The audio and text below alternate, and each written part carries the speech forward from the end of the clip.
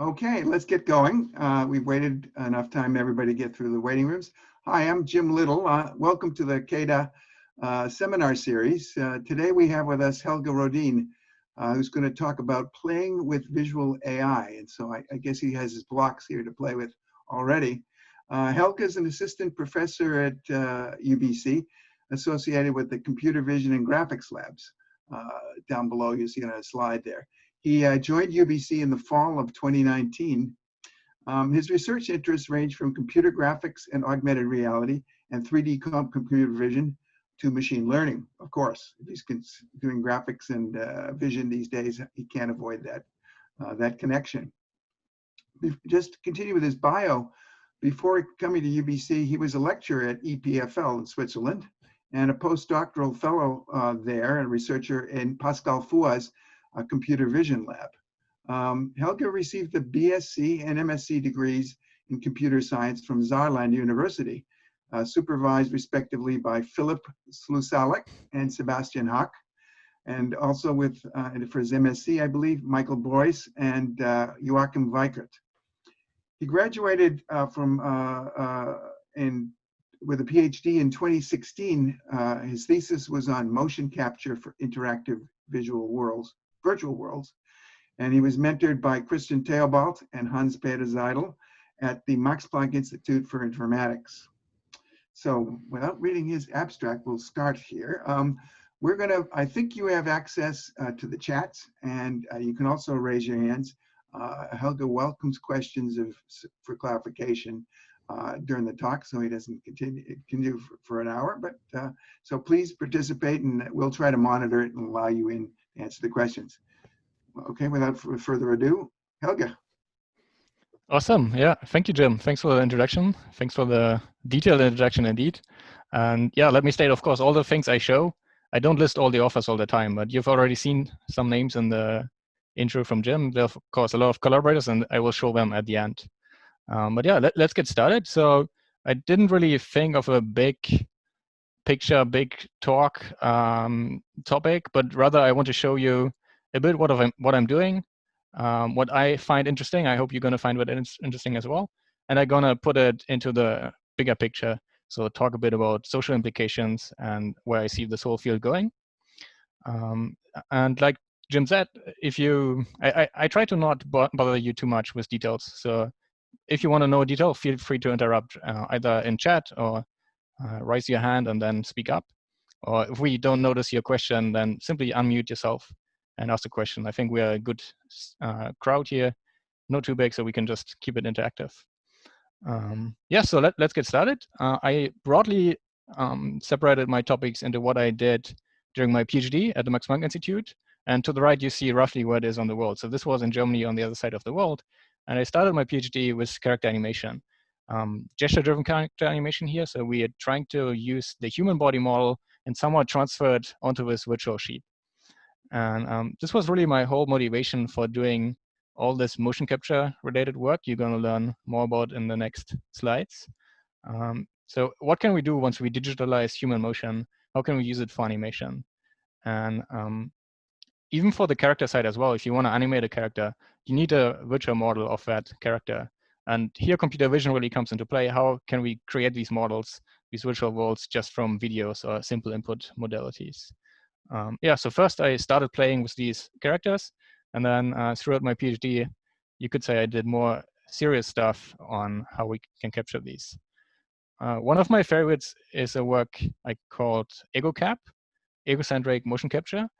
And opposed to classical computer vision, where we have a static camera sitting somewhere in the scene, or a professional film cameraman doing capture, here the camera is attached to your head. I have the little inlight there on the right. So for instance, you're in a virtual world with a VR display of this augmented HoloLens, augmented device, the HoloLens here, and you just need to attach a little camera to it. And from this top-down perspective, from this egocentric perspective, we do motion capture. And as you can imagine, it has a lot of new challenges because the camera is always moving around, the background is changing. It's a very different angle than we had before. So if you do it with deep learning, you need a new data set. If you do it with classical computer vision, you have difficulties because the background is changing all the time. And yeah, these are the problems I'm tackling. And the overarching theme or motivation is to do these things in a simple way. So I don't want to capture in a motion capture studio, which only 10 groups in the world have, but I want to be able to do this in your living room.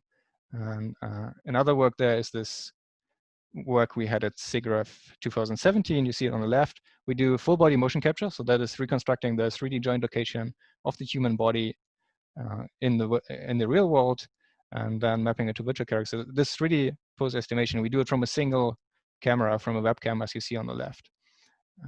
In this video, you see the performance in the back. You see what the camera sees on the right with a little skeleton inlay. And then on the left, you can map it again to a virtual character. So there's, of course, a recurring motivation from me doing motion capture to do character animation in the end. But this full body motion capture where we are interested in the joint locations is just one instance. Another one is where we are interested in estimating the full body deformations and the clothing. So not just sparse joint location, but here I think 20K mesh, so 20,000 vertex locations for every frame. And again, what we could do here is do this the whole thing just from a single camera. And I will go a little bit more into detail later of what the methodology between these things is. But first, I want to give you a broad overview and a bit of a motivation why I'm doing these things.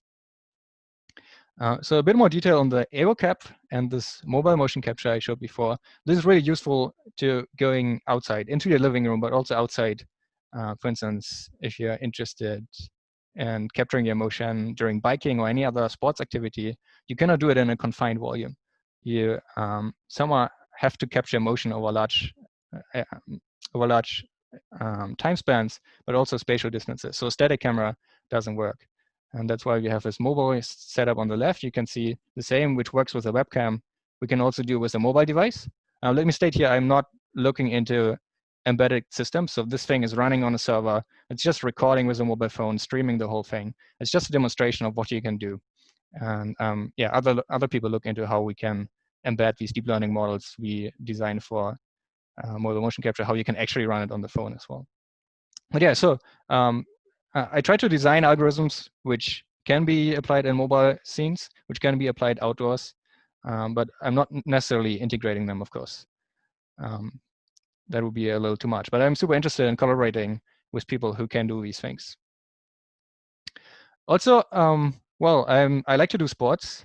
So a lot of my work is centered around doing motion capture for sports and medicine. So in this work, for instance, is in collaboration with people from Zurich, and they're interested in estimating forces acting on the athletes. And for that, again, you can reconstruct the 3D motion of the person in the 3D world and reconstruct or try to guess what the forces are on your joints, and try to set up the course, for instance, such that the forces are reduced, and by that, the injury of these athletes would be reduced. So this is another application domain in the medical field. And yes, as I'm motivated, I want to get to this cheap outdoor motion capture, which everyone can do in the living room, for instance. But it also needs to be accurate. For this medical applications, we need to be really accurate. And so far, we could only do that in a motion capture studio. So yeah, a large part of my research is of how we can take these existing methods which work in a studio and how we can bring them outdoors. And yeah, this essentially concludes my work I did at EPFL. So the ski project was done by 2 really skilled master students, winning even some award at the ICSS, the International Conference for Science and Skiing. I can only recommend it. It's always in ski resorts. So once we can meet again, it's a nice venue. But let me jump on. Yeah, of course, what you get from this is a really accurate analysis. Here it's at the example of sports, but you could also see it for neuroscience and other application domains. So you get quantitative data just from videos, and you can draw conclusions from that and make decisions. Yeah, what is behind this methodologically? Yeah, in a sense, it's all deep learning. We are giving an image, we are trying to estimate the 3D pose or the 3D mesh.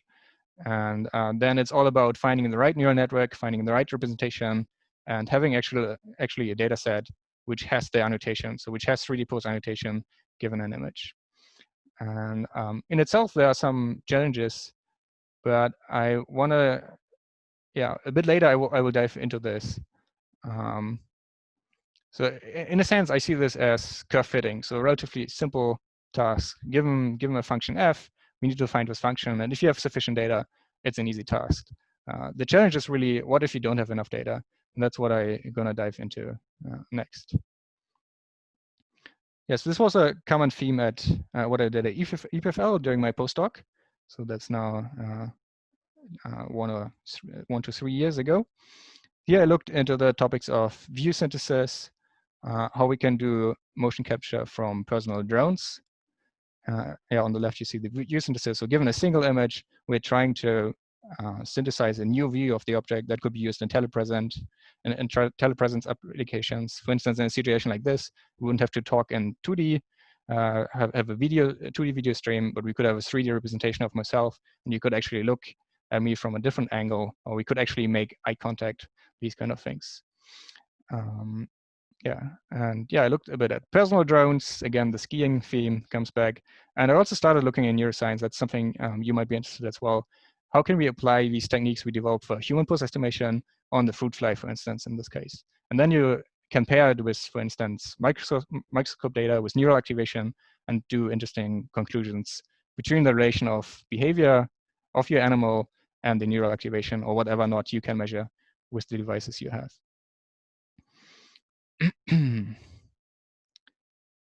And okay, I think we don't have to play them again. Yeah, here a little side note. Of course, I can't do these things alone.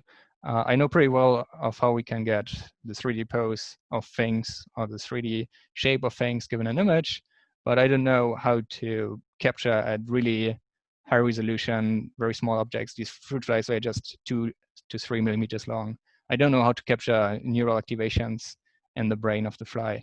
So for these kind of things, I collaborate with neuroscientists at EPFL. I have also started to collaborate here with people at UBC. So we're continuing in this direction. But a lot of credit goes here to Pavan and Semi from the Neuroscience Lab. And yeah, I said, if you have any questions for these, feel free to interrupt me. I will dive now a little bit more into how we do these things and what the challenges are at hand of this neuroscience application. So I already mentioned the problem is getting the training data for this. And since I'm also a computer graphics person by training, I know also how to generate synthetic images. So here in the center, we see a rendering of a fruit fly. And for the synthetic object, of course, we know where the position of the legs is, where the head is. So we have this ground truth data, which we need. We have an image and we have corresponding pose annotation. But if you were training a neural network on the synthetic data, it wouldn't generalize to real images. So the idea of this work was how to transform the synthetic images such that they look more realistic. And for that, there's lots of work on unpaired image translation. What you can see on the top is a seminal work called neural style transfer. You can take 2 images and you take essentially the structure from one and the style from the other. So here we have a real image, a painting, and then you can see the real image in the style of the painting in the top row. And we tried to apply the same thing for fruit flies, but it didn't really work. The problem was that the models we had on the left, the synthetic ones, they're not realistic enough. You can see the body shape is slightly different. The legs have a different length and a different orientation. So it's not just that we have to change the texture in the image, but we also have to change the shape. So here we came up with an unsupervised method, which can not only learn to take the style from one and the position from another image, but it can adapt the shape to better match the shapes it sees in the target. So we still want to have the fruit fly, and we want to somehow map the synthetic images to a more realistic rendering on the right. We want to change, for instance, from a scalar representation to a gray level representation, but we also need to extend the legs to stretch further down. So here we came up with an explicit way of modeling this deformation in this unsupervised style transfer. And yeah, this is an instance of unpaired image translation. So you have 2 classes of images, but you don't have a one-to-one correspondence. So the scene on the top was never painted by a painter. You just have some collection of paintings and some collections of images. And it's the same what we have here for our renderings. we have some flies, but they're in different pose than the target image. So in a sense, we need to match the appearance distribution, but also the shape distribution. And our contribution is to add this deformation so we can map the shape as well as the appearance distributions. And yeah, this is just a broad overview of what I did at EPFL. I really want to spend most of the time on what I'm now doing at UBC. It's a lot of self-supervised learning, unsupervised and self-supervised learning. I will show you some example instances on that. Then I really try to find interesting applications where we have unsolved computer vision problems, and in turn where motion capture or related computer vision techniques could help to discover new things in the respective domains of medicine, neuro, or psychology. So for instance, now with COVID around, we were doing an internal project where we estimate the distance of people to each other just giving a video. That might seem simple, but in computer vision, we have this inherent ambiguity between the scale of a person and the projection. So a person can be further away, the scale and the distance of a person, which are ambiguous in the projection. So a person can be further away and bigger or smaller and closer, and it will just look the same in the projection. And as it manifests here for the distance estimation, two persons which are close in the image might be far away in the 3D because, yeah, we're seeing in 3D scene from one perspective, and we are losing the depth dimension. So you would like to measure a distance, so essentially a circle. You want to know which persons are within 2 meter distance, but the circle appears to be an ellipse in the projection. So somehow you have to get these parameters which turn image measurements into into normalized distance measurements in the ground plane for the social distancing. So a very classical computer vision technique and very timely application. I've also started looking into assistive systems. Here I was thinking about what can we do, what nice things can we do with all these deep learning techniques which we currently have. We have seen some examples of unsupervised or unpaired image translation. So we can translate from one style of an image to another. And there also works who can translate from sound to images and back. So just given a speech signal, you could synthesize, for instance, a face talking.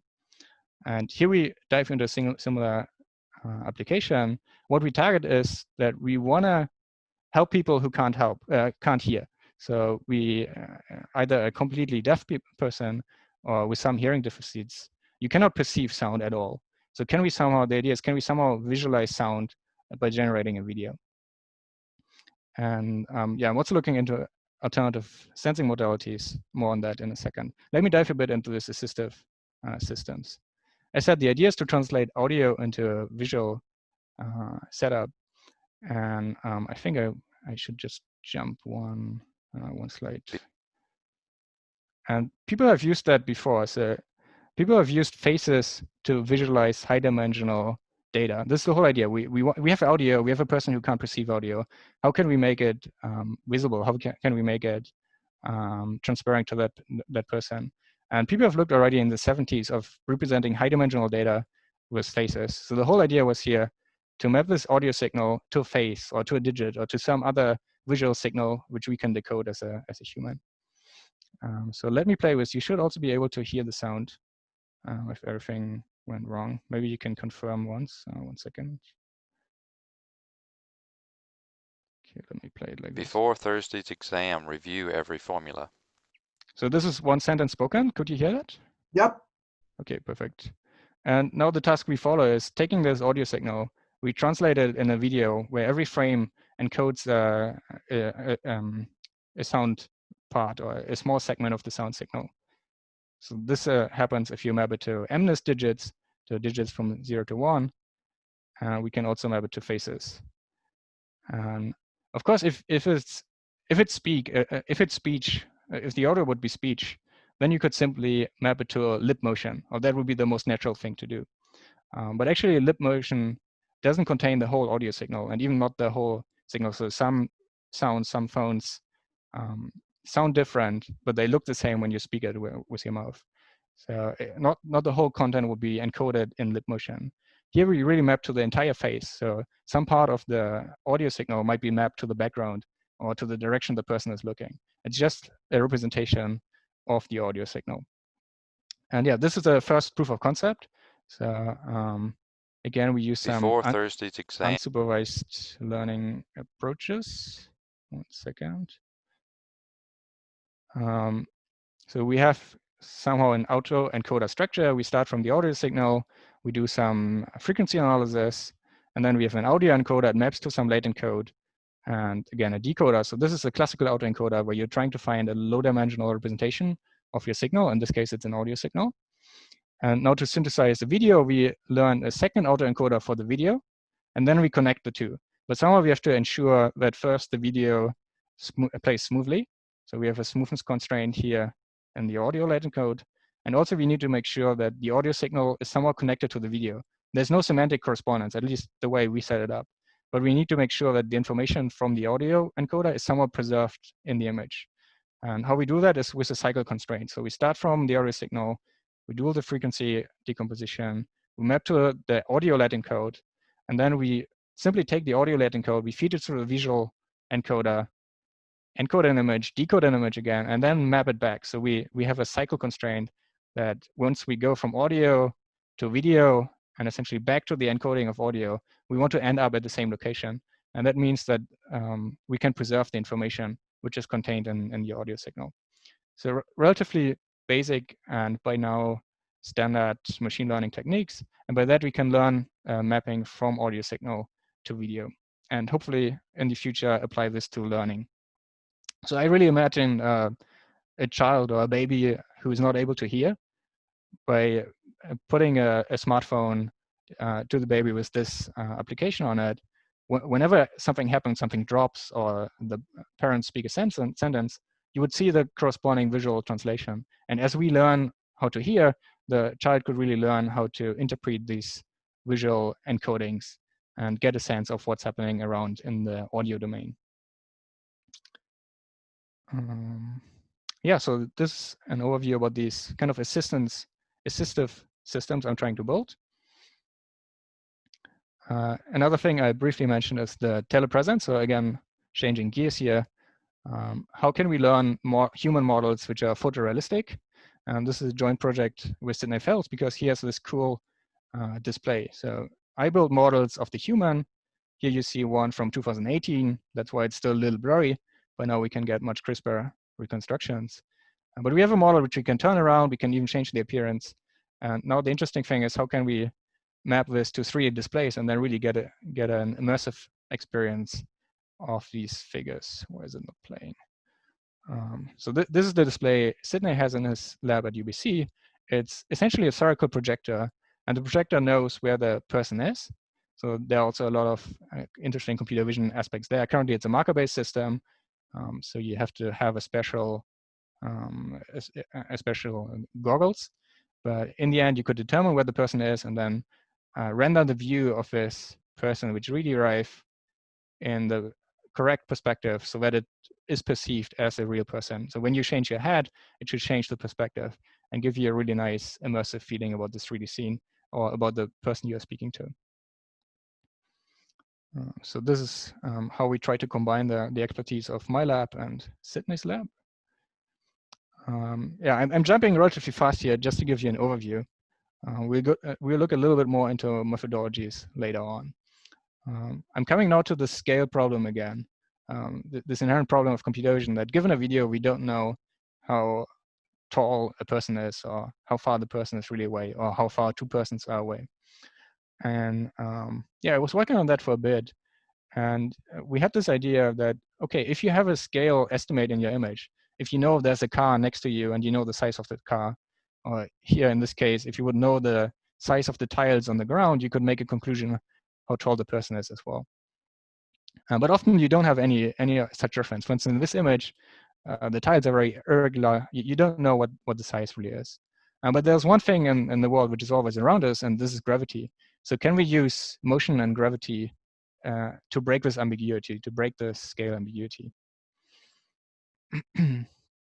And yeah, let me give you a brief intro how this works. So normally, we don't know how tall a person is or how far the person is away. But what we can do is we can look at the video And if there's some free fall motion, it's a little restricted, so you need free fall motion, but that actually already happens if you're running.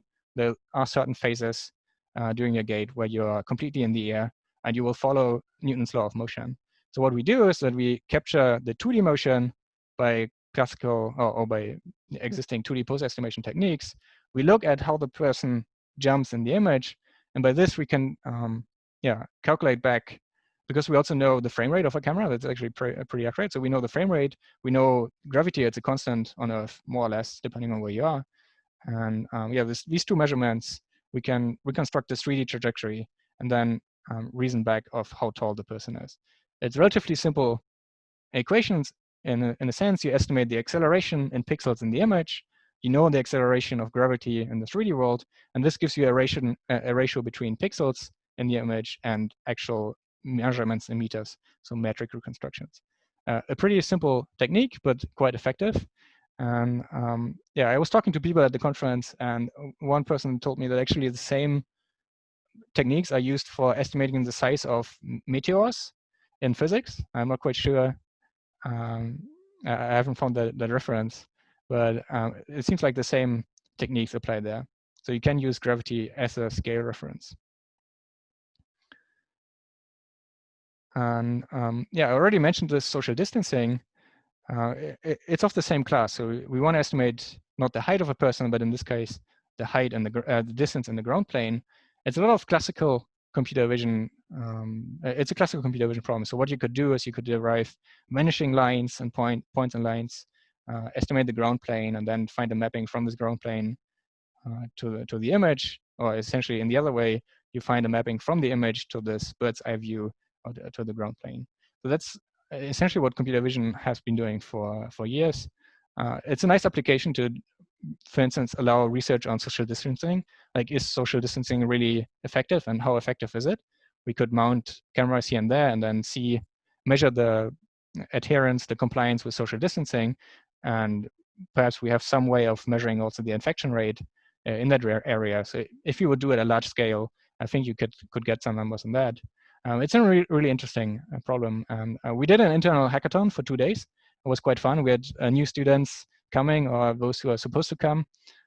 They all worked together for 2 days and some nights. And we could get this first prototype. But we were also a little worried, and that's probably something I should raise here. It's really at the edge towards some kind of mass monitoring, mass surveillance, to things we see in China. For instance, this was a picture from some electronics technology exhibition in China. And there's good evidence that China is using such mass surveillance to suppress Uyghurs in Xinjiang. If you, I don't want to really dive into that, but if you haven't heard about that, I recommend these articles there on the right and more reading on that. But essentially what we can do now, anyone with sufficient funding can put a lot of cameras. We can re-identify persons from one camera to the other. So essentially, once we tracked you once, we can follow you throughout the city and track you down.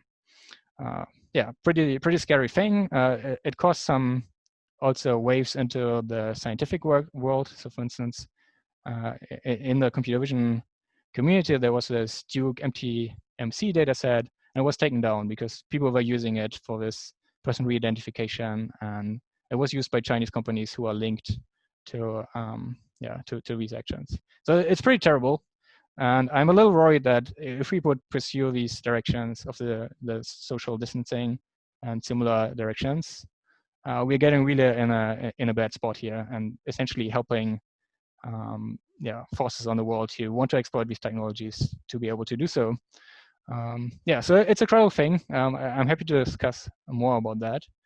And the problem is really when you connect these things. So doing social distancing in one place and not being able to identify who is who, it's probably still fine. But as soon as you are able to connect all these measurements, connect your passport information, re-identify the person, it really gets messy. We had a nice talk on this last year in September. I will link to it. And if you're interested in that topic, there are more resources on that.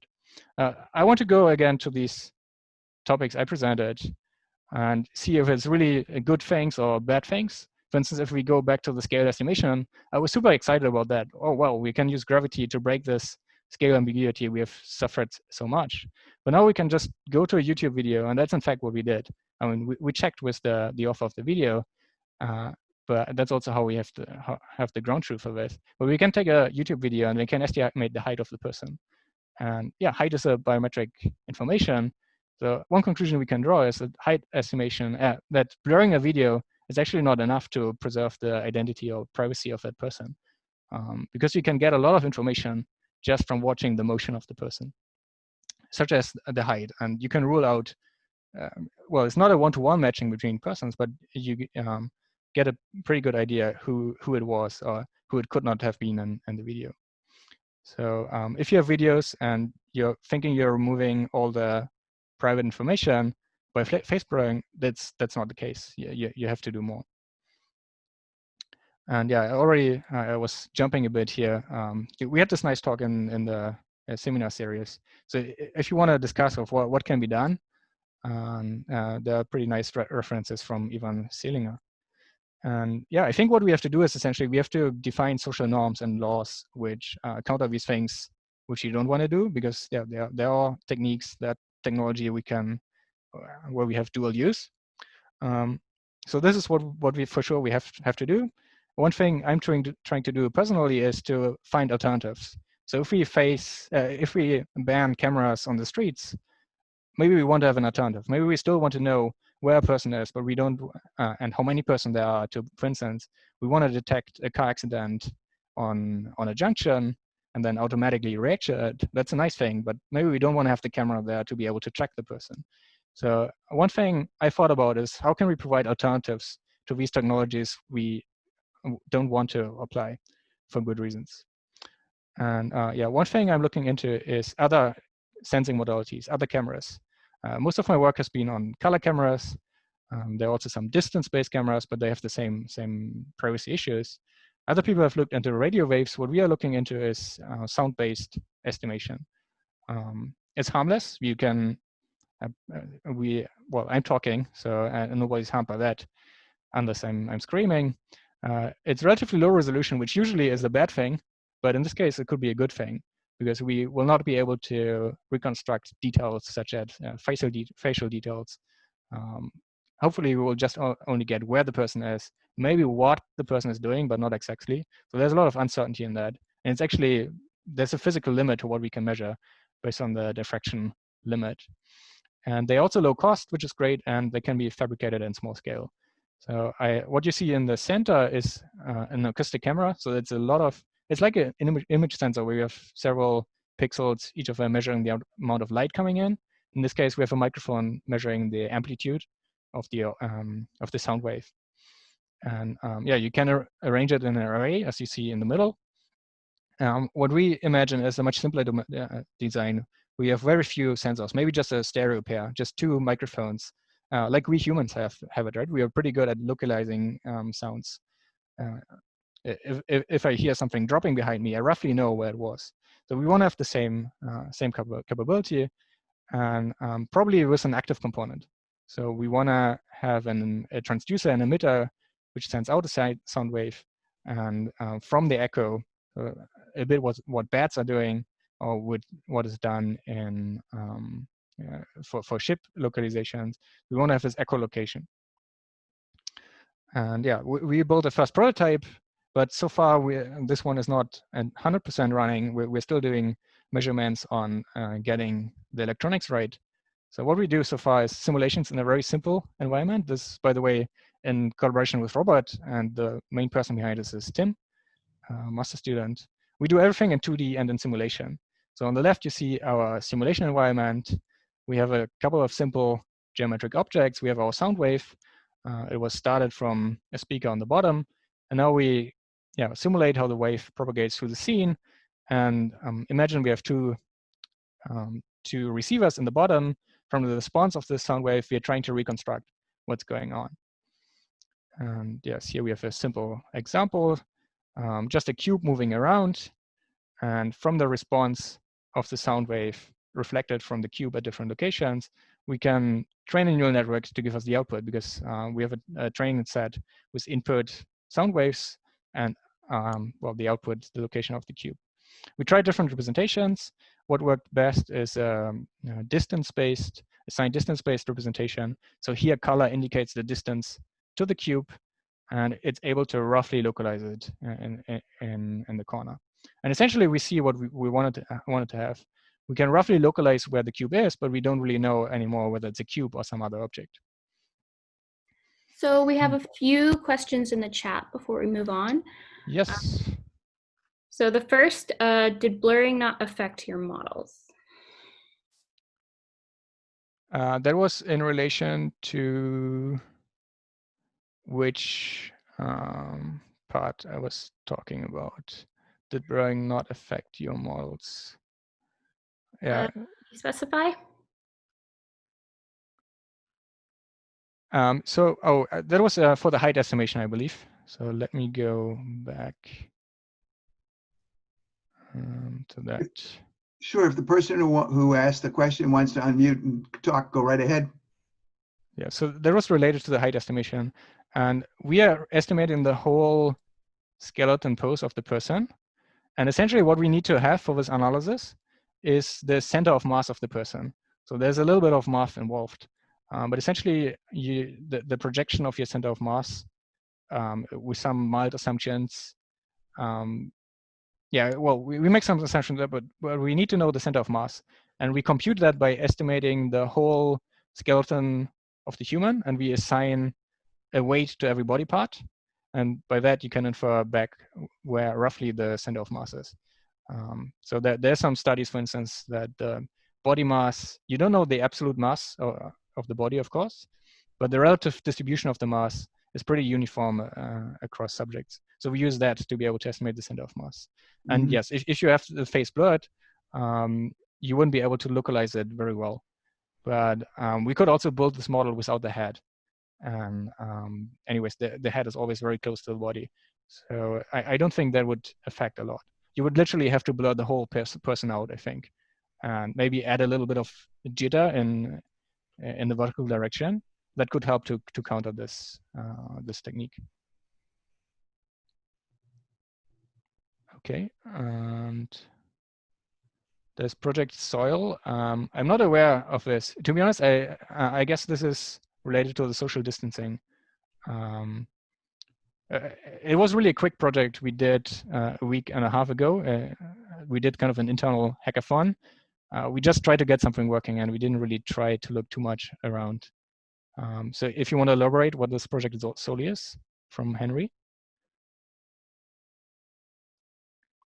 we could discuss further. Or maybe we take it after the talk, because it seems to be like a little bit of an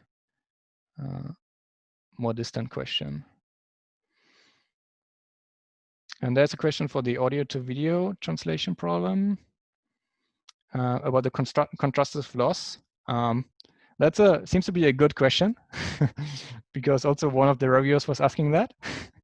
And yes, thanks to the rebuttal, we tried this. So let me jump to that slide.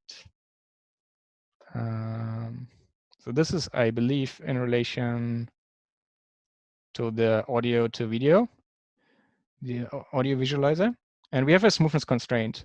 What we do for the smoothness constraint is that we, during the optimization, we always have pairs. So we actually take a longer segment of the audio, and we take two snippets where we know the distance between them. And during optimization, we ensure that the distance in the latent code is correlated with the distance in time. And we also try to do a contrastive loss there. So that would mean that two segments which are close to each other should be, if they are below a threshold, they should be essentially at the same location. And if they are far away, they should also be far away in the embedding. And it turns out, now we tried it, because we have this time information, which is more or less continuous, it makes more sense to make it correlated. So make it further away audio signals should have a larger distance. There's a linear relation we enforced, instead of just saying things which are close, instead of picking a fixed threshold. So that worked better in this case.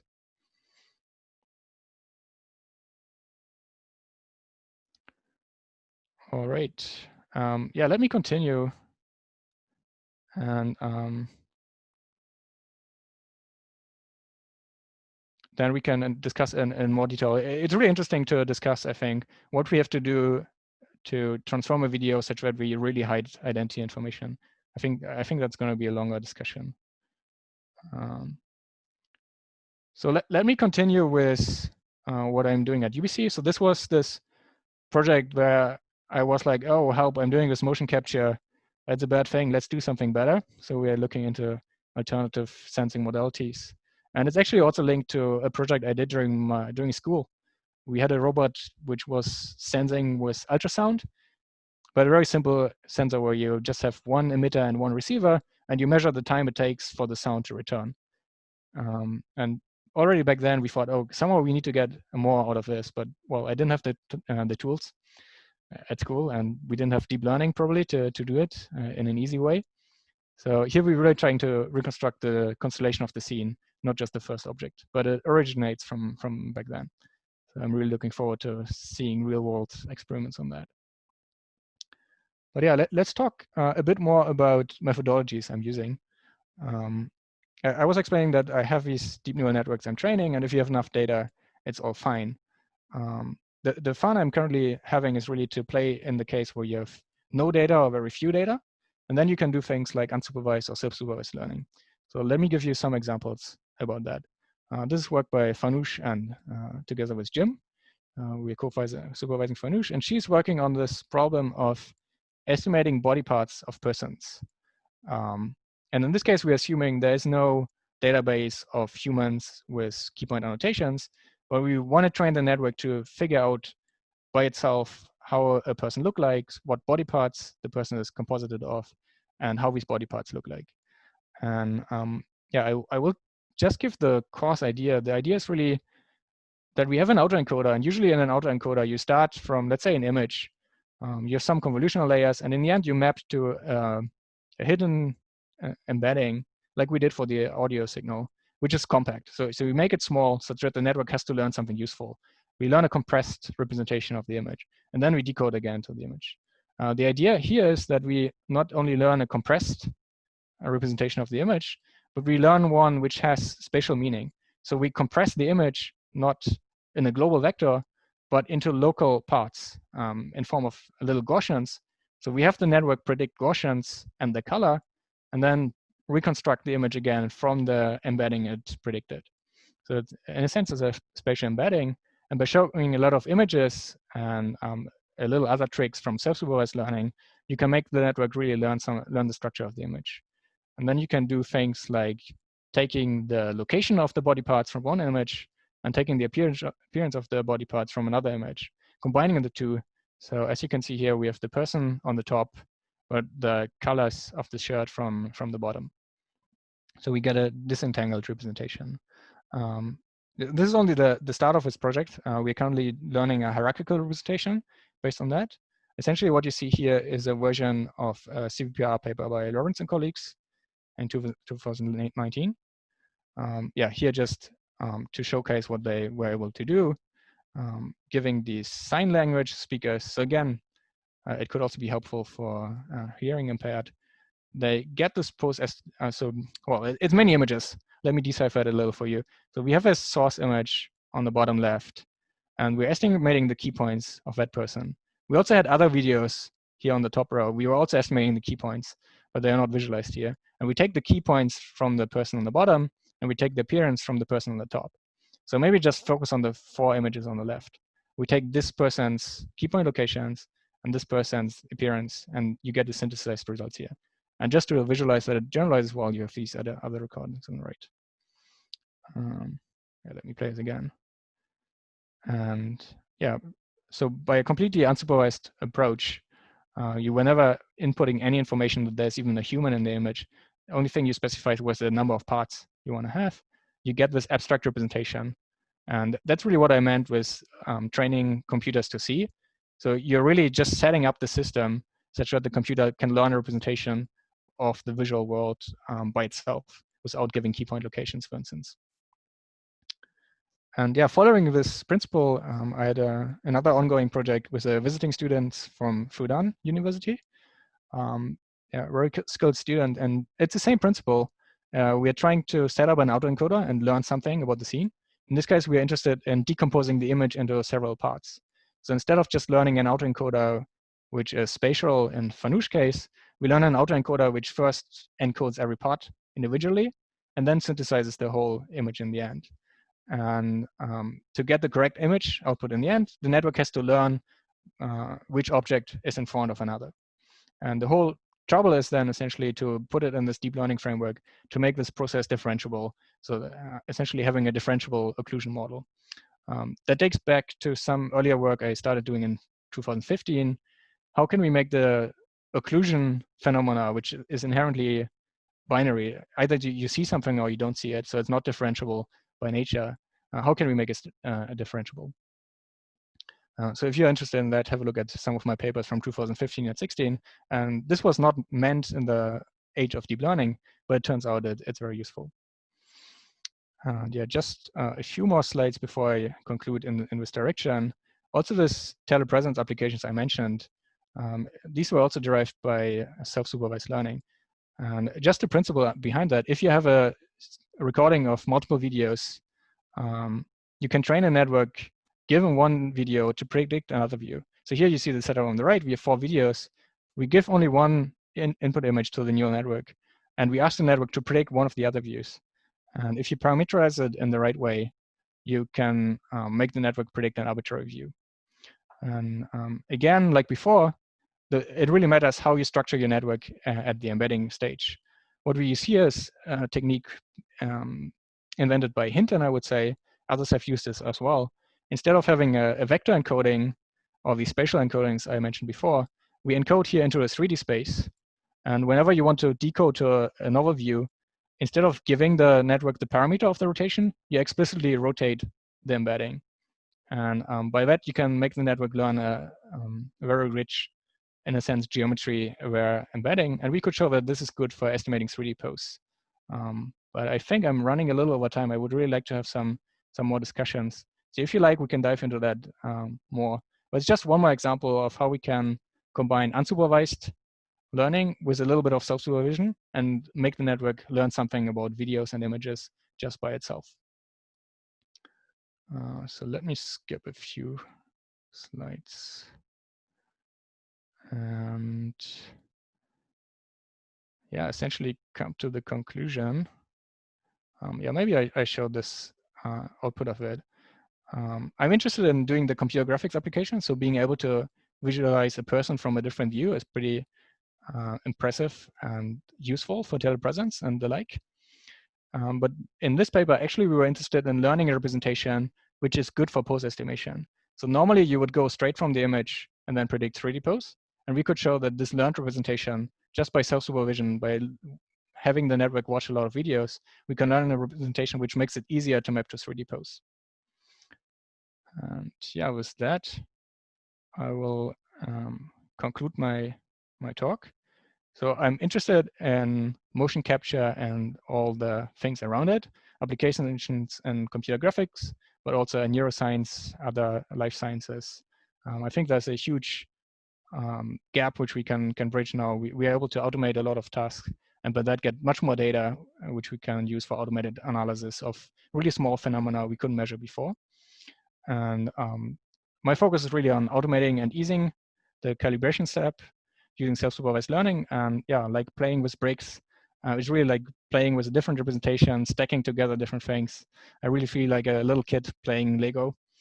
So that's why the title emerged. And yeah, in the future, I really see visual computing moved on to this, what I would call visual AI. We do a lot of machine learning now in the process. And I think it's an integral part for general artificial intelligence. The things I'm doing is by no means general AI, but if we, for instance, can make a system understand the visual world, we can make it observe a lot of videos and, for instance, train it to predict the future. And as soon as we have a good representation of the world and a system which can predict the future, we can try to find these parameters which change the future to our benefits. And that would really make for a clever agent and something I would call probably general AI. And yeah, with that, I would like to thank you for your attention. And yeah, if anyone is working with hearing impaired children or learning or anything close to that, I would really like to do a study on this audio visualizer, but I don't have the expertise because it's really also a critical thing. I don't want to throw this smartphone producing videos at children. It really needs to be in a controlled setting. So if somebody has expertise in that, I would be happy to collaborate. And with that, yeah, thank you. And thanks to all my collaborators I will show in the background. Okay, fantastic talk. And yes, let's simulated clapping, etc. from everybody. Thanks. Okay, so if anybody has questions, I believe, Erin, people will be able to put their hands up and we'll be able to see. Yes, you can use the raise hand feature or, just unmute yourself and talk. Yeah, thanks for all your questions during the talk. We can also start by this question about the Pixel 4 mid-air gestures. I'm not quite sure how you relate this. So Henry, if you could explain a little, that would be great. And yeah, otherwise, this is the MPI collaborators. So 3-4 years ago, these are more recent at EPFL. And it was really great to collaborate with all these people from different areas, from computer vision, from neuroscience, from sports, having great students to do actually the work. And yeah, now at UBC, I'm also really happy you have what different fields we have here at UBC and how they all connect together. So like I said, it's really great to start collaborations in these directions. Okay, we have a question from Mikhail who's raised his hand. Go ahead, Mikhail. Oh yeah, great, thanks. Yeah, really enjoyed the talk, Helge. Yeah, I was wondering, yeah, have any thoughts about integrating information over time? Just because the whatever the temporal dimension is always it's always a case where you need to integrate information over time as some hidden part comes into view, but then so some aspects of the information you gain, maybe your mass and the color of your shirt won't change, but other aspects like whether you have your sleeves pulled up or down on your shirt, that might change. And so I'm just wondering on your thoughts about adding some kind of temporal memory or temporal integration of information and how to deal with some of those issues. And yeah, or is that even a reasonable thing to be thinking about, or how people deal with that? Yes. Yeah, I think it's a great question. I was always a little reluctant to integrate time too much into my models, particularly if you have a supervised approach. As soon as you add one dimension, essentially you should need more training data because your space blows up by at least one more dimension. So if I'm no longer talking about poses, but about motions. And one sample would essentially not be one frame of a video, or not all the frames of a video, but just one video would be one sample point. And it also needs much more complicated networks, I believe. But then once you have a network, for instance, to abstract from an image using Fanu's work or the related works where you can derive key points, then it makes much easier to reason about time. And that's what people are doing. They're first trying to abstract from the image in essentially abstracting away the appearance and then trying to infer temporal relations. But I do think that for us humans, it would be easier if you can disambiguate some things. If you have seen how the arm looks like in the first frame and now it's occluded and maybe it reappears, or you cannot, you have multiple persons and you cannot associate one limb to a person uniquely, it helps if you have seen the person in isolation. So for sure, yeah, it's an interesting aspect. Cool. Okay, yeah, great. And I had one other quick question about the audio to faces. So how good are people at training themselves on that task? Yeah, we didn't really come to people training. Also, thanks to COVID, it's really difficult to do any in-person studies, so supervised studies. The only thing we tried, so we run a user study on this, and we had essentially words or different phones encoded by our system and asked the users how easily they can distinguish different words spoken by the same person or by different persons, and how easy it is to distinguish, different ones and to match the same ones. And yeah, we don't get super high accuracy there, but yeah, there's certainly improvement, but for sure you can tell about things. And like I said, it's not quite sure if the issue is on our side. I mean, sure, it is in a sense, or if we would have to train the people in advance, and then we would get higher recognition rates. Yeah, right. Yeah, I know that's what I wonder about. You know, I'm always told that with enough practice, you can actually learn to do echolocation yourself. You know, yeah. Clicking with your tongue, I'm just kind of wondering what that learning curve is like. Yeah, maybe we should at least try on ourselves. Yeah, sure. Yeah.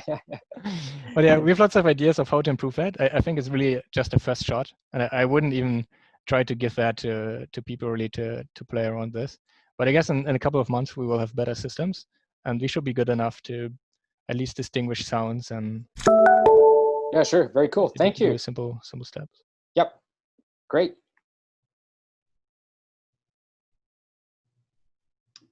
And yeah, concerning the ultrasound, I don't think it's a poor question, Henry. I just wasn't sure whether you link it to which project that was linked.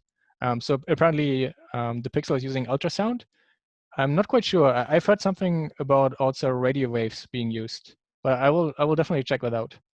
And it's actually all this ultrasound sensing is used a lot in the medical domain. So we're certainly not the only ones doing this. But there you always have you are in close proximity, and usually you're measuring through tissue, which transmits sound much better than air. So we'll have real problems if you want to go at 2 or 3 meters. The sound wave which returns is much weaker. And yeah, we need different techniques. We hope that some of the problems will go away with deep learning, but other problems we will also have to solve with clever engineering. I will definitely check that out. Thanks for the link.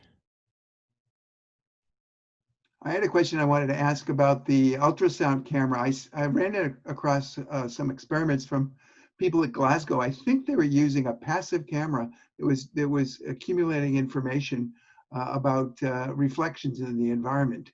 Did you run across that at all? No, we should check it out. I mean, there's lots of work on sound propagation and sound source localization, all that. We've studied some of it, but that particular one, I don't think so. No, the notion that was interesting was it was only, you're talking about very coarse cameras. This was only 1 pixel. Mm-hmm. Oh, well, yeah. It was just looking at the cumulative reflections of the light in the area. Ah, that one. Yeah, I think I've seen it. Yeah, it's curious. Other questions?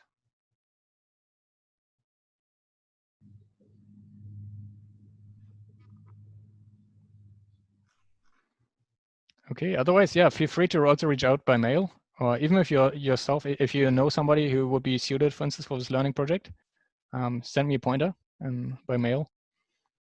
You have my address there on the top of the slide. It's clear that Helge has a lot of interests, and so all of you should just think, wait, how can I connect? And he loves to play, so he's good at sharing, so that's very useful. And by the way, I got already lots of useful connections, particularly to neuroscience as well. So, but yeah, it's great. I should probably limit myself at some point, but this learning thing is really something I would like to do. But well, of course, also for other domains. And speaking of neuroscience, there's an immense amount of work to be done localizing small animals like rats during activities. And I was thinking about that when you were talking about your flies. At least they're a lot bigger to look at. The rats. Yeah, we have an ongoing project with Tim Murphy on mice. Yeah. Fantastic. Was it rats? I don't know. Yeah. Looked the same to me. Scale ambiguity, you know. Right. Oh, thank you for talking about the technologies and its misuse. That's you know, we could play many years before we could play in computer vision and not worry about things because our technologies were neither real time nor particularly effective. But we can be victims of our own success by causing other. Yeah, I think we cannot do too much about it. I mean, we can try to not provide the data sets these people need to do the cruel things.